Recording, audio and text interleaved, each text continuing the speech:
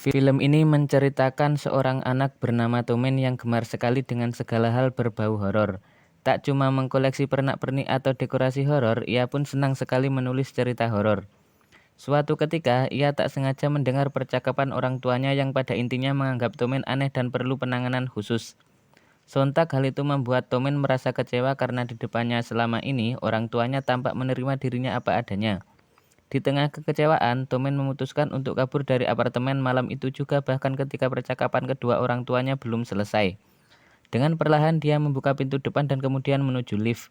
Sesampainya di lantai bawah, ia berjalan di koridor apartemen dan berhenti di depan apartemen yang pintunya terbuka. Unit apartemen tersebut berlampu merah dan dengan TV yang menyala dengan suara yang kencang sekali. Entah mengapa, Tomen merasa penasaran dengan unit apartemen tersebut. Dia pun masuk, tidak ada siapa-siapa di sana. Hanya TV yang menyala dan sepiring kue di atas meja sebelahnya. Tanpa pikir panjang atau Tomen mengambil kue dan memakannya sambil menonton TV.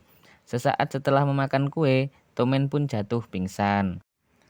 Seolah puas dengan Tomen, sang penyihir meminta Tomen untuk menulis dan menceritakan tulisannya setiap hari padanya. Dengan sedikit bingung, Tomen pun mengiyakan. Tak tahu berapa lama Tomen ada di kamar itu, suatu ketika ia mendengar suara anak lain, suara anak perempuan yang tampak sibuk dengan pekerjaannya. Seolah terbiasa dengan kehadiran anak lain, ia memperkenalkan diri bernama Yasmin dan menjelaskan sedikit tentang beberapa hal yang membuat Tomen bertanya-tanya. Yasmin adalah pelayan penyihir tersebut yang bernama Natasha. Ia bertugas mengerjakan semua pekerjaan rumah dan seolah ia tahu bahwa Tomen adalah storyteller yang bakal menceritakan kisah seram setiap hari untuk Natasha. Kini keseharian Tomen adalah menulis cerita seram dengan akhir cerita yang tidak boleh happy ending. Natasha bisa sangat marah jika cerita pada akhirnya tidak seram atau happy ending. Pada suatu waktu, Tomen yang seperti biasa sedang menulis cerita di perpustakaan sangat besar milik Natasha penasaran dengan seberapa tinggi perpustakaan tersebut. Ia pun naik sampai ke rak buku paling atas. Di sana ia tertarik dengan beberapa buku yang sudah sangat tua dan berdebu. Di salah satu bukunya, ia menemukan sebuah catatan yang tertulis melingkar di pinggir buku tentang anak lain yang juga menjadi tawanan di tempat tersebut. Sejak penemuan buku tersebut, Tomen dengan sembunyi-sembunyi mengumpulkan catatan-catatan itu yang berisi banyak hal termasuk strategi untuk kabur. Di lain kesempatan, Tomen mengajak Yasmin untuk membersihkan sebuah pohon ajaib dari buah-buahnya. Buah-buah tersebut apabila telah matang ia jatuh dan menetaskan seekor makhluk mengerikan berkaki pedang. Oleh karena itu perlu dibersihkan dengan cara memetiknya dan meletakkan di tanah dan menginjaknya satu persatu. Setelah beberapa buah berhasil diamankan dan dimusnahkan, Yasmin yang tidak pernah ditemani orang lain tampak kurang konsentrasi dan terjatuh. Buah pun terjatuh ke tanah dan segera menetaskan makhluk seperti laba-laba dengan kaki tajam seperti pedang. Yasmin segera memerintahkan Tomen untuk menginjaknya, namun terlambat. Makhluk tersebut kabur dan tak cuma itu, ia dengan cepat memotong semua buah menggantung di setiap pohon. Semua jatuh ke tanah dengan sigap. Yasmin dan Tomen sibuk menginjak buah yang jatuh satu persatu sambil mengejar yang terlepas tadi. Kekacauan tadi, namun pada akhirnya Yasmin dan Tomen mampu menginjak seluruh buah dan berhasil mematikan yang tadi terlepas. Kekacauan tersebut ternyata diketahui oleh Natasha. Hukuman pun menanti keduanya, namun karena Tomen mengaku bahwa kesalahan ada pada dirinya, Natasha seolah lagi-lagi mengampuni keduanya. Akhir cerita, Tomen hendak kembali tidur, namun ia mendengar suara aneh di dalam lemarinya. Tasnya tampak bergerak-gerak. Ia pun langsung menyadari bahwa tak semua makhluk buah berhasil dibunuh. Benar saja makhluk tersebut melompat keluar dan menyerang Tomen, namun dengan sigap berhasil dibunuh. Namun bukan itu yang sebenarnya mengancam Tomen.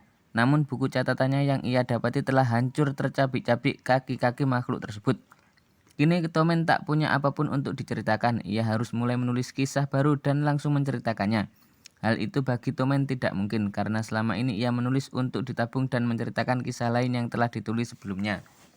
Karena insiden itu, ia menceritakan semua catatan-catatan yang ia temukan di rak paling atas pada Yasmin. Mereka berdua pun menyelidiki catatan demi catatan apakah ada strategi untuk melarikan diri. Setelah beberapa lama, akhirnya mereka menemukan sebuah resep ramuan obat tidur. Ramuan tersebut tampak belum sempurna karena di dalam catatan ramuan tersebut akan mengeluarkan bau khas yang akan dikenali oleh Natasha. Kini yang harus dicari adalah zat yang belum ditemukan oleh penulis catatan untuk menghilangkan bau. Tomen punya ide karena Natasha sering membenarkan istilah-istilah atau hal yang keliru dalam ceritanya, maka Tomen akan menceritakan sebuah kisah yang melibatkan nama zat penghilang bau. Benar saja, setelah Tomen menceritakan kisah seram tanpa teks untuk pertama kalinya, Natasha mengoreksi zat penghilang bau. Dengan segera, Tomen dan Yasmin meracik ramuan tersebut. Awalnya ingin dicampur pada minuman, namun ternyata ramuan tersebut membuat minuman malah berwarna hijau. Di tengah kebingungan tersebut, ramuan tidur tersebut hilang karena diambil oleh kucing Sphinx. Tak disangka, kucing Sphinx berpihak pada Tomen. Ia mencampurkan obat tidur ke dalam parfum yang selalu digunakan Natasha. Tak lama berselang, Natasha pun tersungkur. Yasmin buru-buru mengambil kunci pintu dari tas Natasha. Mereka pun buru-buru kabur. Di luar sejauh mata memandang hanya ada hutan dan hutan. Mereka merasa tidak benar-benar berhasil kabur. Karena keanehan hutan tersebut, tiba-tiba dari arah samping muncul kuda unicorn dan hendak menanduk mereka. Sekuat tenaga mereka berlari hingga tiba-tiba kuda setan berhenti. Mereka curiga mengapa kuda bertanduk tidak lagi mengejarnya. Ternyata tak jauh dari situ ada rumah permen. Entah mengapa rumah permen itu sangat lezat. Awalnya Yasmin tergiur dan seperti terhipnotis untuk memakannya, kemudian disusul Tomen. Mereka pun akhirnya pingsan dan tertidur. Tomen bangun dan ternyata kembali ke rumah, begitulah Yasmin. Namun kali ini ada Natasha. Dari situ Natasha menjelaskan semuanya. Di depan Natasha ada peti yang di dalamnya ada seseorang yang sedang tidur. Ternyata orang di dalam peti itu adalah penyihir asli dari cerita Hansel dan Gretel. Dia tertidur berkat Natasha yang selalu membacakannya cerita seram, dan bila ia terbangun hal yang mengerikan bakal terjadi. Dia pun suka makan anak kecil. Untuk mempersingkat cerita, penyihir itu terbangun karena tidak kunjung mendapatkan cerita, kemudian memburu Yasmin dan Tomen. Mereka berdua bekerja sama hingga mampu melumpuhkan penyihir dengan cara yang sama persis dengan buku cerita, yaitu dijebak di dalam tungku api.